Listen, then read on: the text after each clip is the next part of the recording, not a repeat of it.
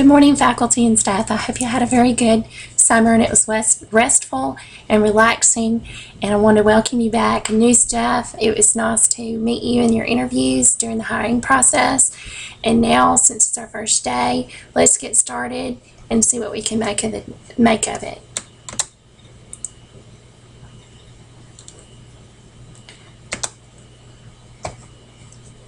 I want to tell you a little bit about me. This is my daughter. Her name is Ashley. She's the gifted dramatic child that gets into so much trouble. And she's a junior at Port Neches Groves High School. And this is Stephen. He's my son that struggled in school every day. And this is a picture of his graduation, and he made it. And this is my husband, and I finally married my high school sweetheart, and it took us 21 years to say I do. Okay, now that we're back, and I'm new, I just want to share my teaching philosophy with you. It's things that I want to be remembered for in our campus. It's a kind of a new way I want us to go. I firmly believe that all children have the ability to learn when their environment is safe, welcoming, and conducive to acquiring knowledge.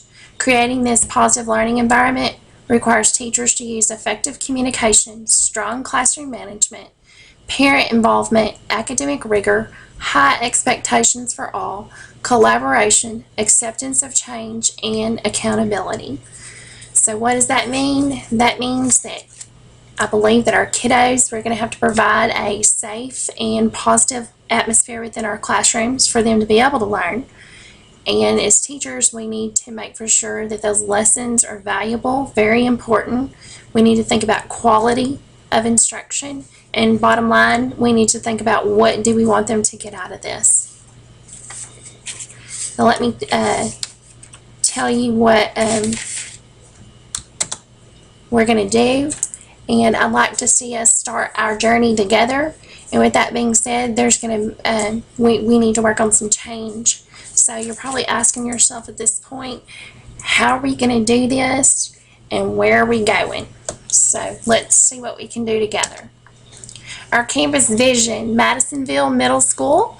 We're going to foster a community of lifelong learners by providing an environment that builds self-worth, integrity, respect for diversity, while striving for academic and social excellence.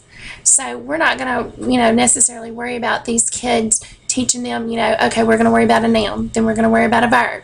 We're going to, worry about area and perimeter of things. We're going to teach them lifelong skills that are going to help them beyond the school into whether or not they're going to college or going straight into the workforce.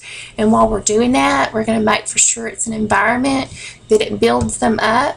We're going to show and teach about integrity and respect, but we're going to also strive for that academic excellence and social excellence. We want these guys to have some good character, and we need to teach character traits. And if you notice over here on my PowerPoint, I have an X above the STAR logo that we see on our STAR testing every spring. And I don't want our emphasis to be to the kids, the STAR testing, STAR this, STAR that. You need to know this for STAR. What I want them to learn would be the skills that we teach in class, and I feel like it's all going to play out for making it valuable to them and important, and there's a reason why we're teaching it, and we're working on quality in our instruction. Then we don't need to worry about STAR scores. They're going to be what we want them to be. So you're probably asking yourself, how do we get there? Well, we're going to have to get there by teamwork, with no doubt whatsoever. Teachers, the principal, parents, school board, superintendent.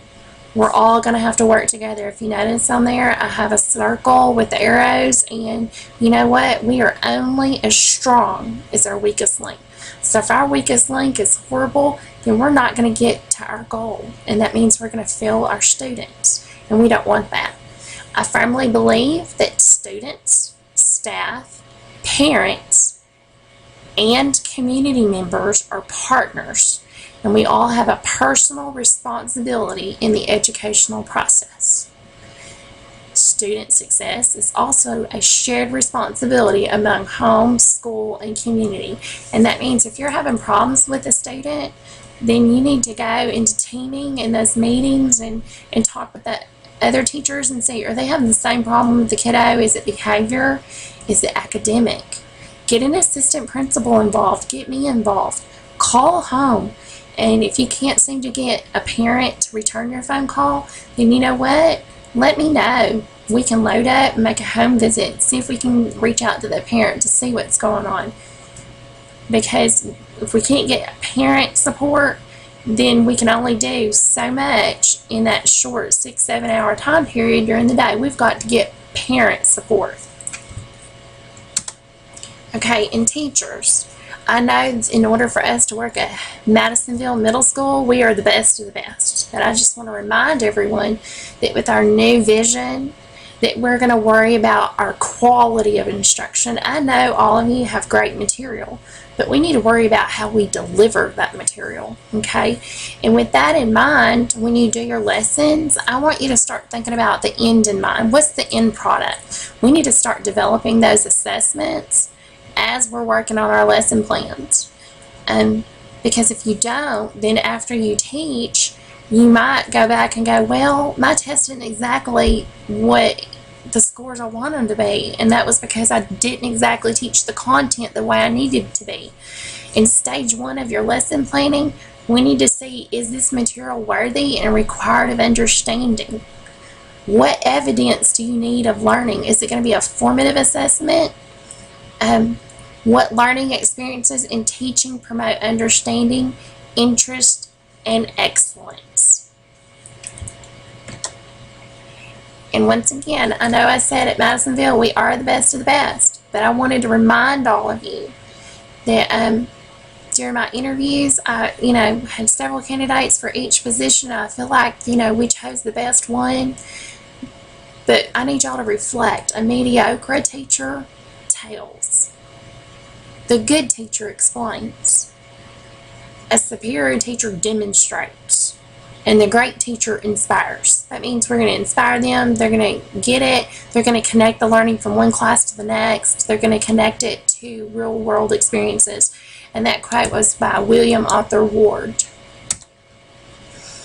And teachers, to help you be able to work together to in the best interest of the students, in scheduling this year, I've scheduled so core teachers of the same grade level have the same conference period, so you can have a 90-minute teaming period.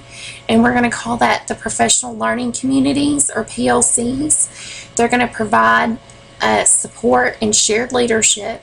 You can have a secretary, you can have a team leader, things like that. Collective creativity, that means when you're planning field trips, y'all can share those responsibilities. Shared values and visions. You can share your beliefs. You can share how you want to plan a lesson, what you think is best. You can also help share, hey, I did this with Johnny in class and he responded this way, and I didn't have to make a referral for the last 3 days. And y'all can provide each of you support. And I found a quote, and it was by Eleanor Roosevelt, and I kind of thought this was really interesting. Anytime you're trying to handle a problem, to handle yourself, you would use your head. But when you need to handle others, use your heart. So when you're dealing with another teacher, you need to deal with it from your heart. They are professional just like you. And if you're dealing with the student, deal with it from your heart. If it was your child, what would you say to them? If it was your grandchild, what would you say to them?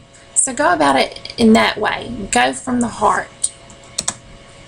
And remember, most of all, to the world, you may be just a teacher, but to your students, you're a hero. And I need you to remember that and not lose focus. Sometimes, we're only worried about a paycheck, or we're only worried about the 180 school days or 188 school days that you have to be here. We need to worry about inspiring these kids. We have been left in charge of the most important thing that parents have, and that would be their child. And on a closing note, let's make this the best year for our students at Madisonville Middle School. Go Bulldogs!